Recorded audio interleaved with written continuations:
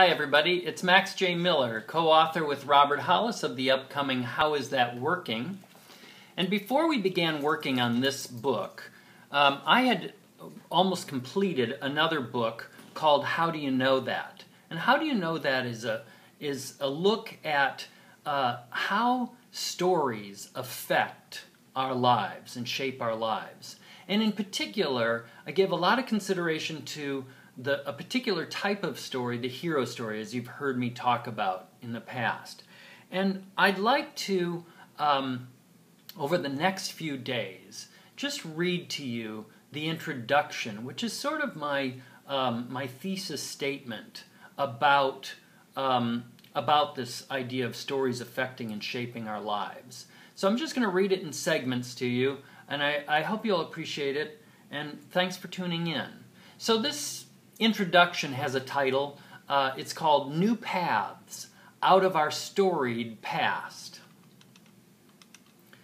The mass popularity of blockbuster movies such as Star Wars, Harry Potter, and Avatar confirms that we still love the epic heroic adventure that has been epitomized by the Arthurian legend and Homer's Odyssey. You know this basic plot from childhood. A hero travels to a distant land, vanquishes a dragon, wins the affection of a maiden, and returns home with an elixir that saves the land and his people from some terrible plight. Though modern movie trailers spotlight action, violence, and special effects, what makes these stories inspiring and memorable to us has at least as much to do with the hero's inner journey as it does with the outward drama and excitement. A hero's inner triumphs typically define the crucial turning points that lead to victory in his or her quest. Think of Star Wars and that decisive moment just before Luke Skywalker takes his final triumphant shot at the Death Star. Once again, he hears Obi-Wan's persistent counsel, "Use the Force, Luke." It's his moment of truth, his crucial test. When at last he flips the mechanical autopilot device away, choosing to heed his mentor's advice, to trust his instincts and abilities, the audience cheers wildly. This leap of faith expresses the fulfillment of Luke's inner journey, and the audience anticipates its victorious payoff even before he takes the fateful shot. The stories of great civic and business leaders appeal to us in ways similar to those of fictional historic characters. We already know the basic plot before we read a biography of, say, Thomas Edison, Amelia Earhart, or Abraham Lincoln. We still enjoy reading them in part because the interpersonal story of overcoming adversity and resolving inner conflicts and challenges makes this kind of biography compelling. It has often been suggested that these fictional and historical stories allow us, mere mortals, to infuse a bit of the hero's adventure and excitement into our own rather pedestrian existence.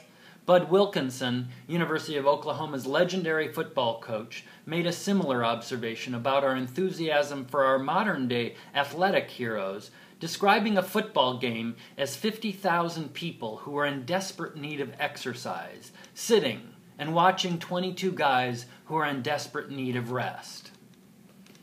Though many of us live vicariously through heroes, our collective rehearsal of hero stories serves to prepare at least some of us to recognize potentially heroic occasions when we encounter them, and to provide encouragement and patterns to follow as we navigate through the unfamiliar places and terrifying experiences of our own heroic journeys.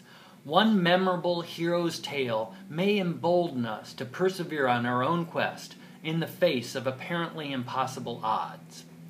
As with legendary heroes, the story and destiny of every would-be hero pivots on a confrontation with his or her own deep existential fear.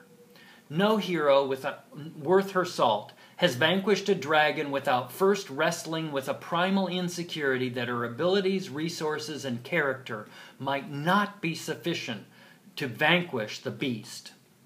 And yet, the hero stories of our childhood tell us otherwise. As G.K. Chesterton has written, fairy tales do not tell children that dragons exist.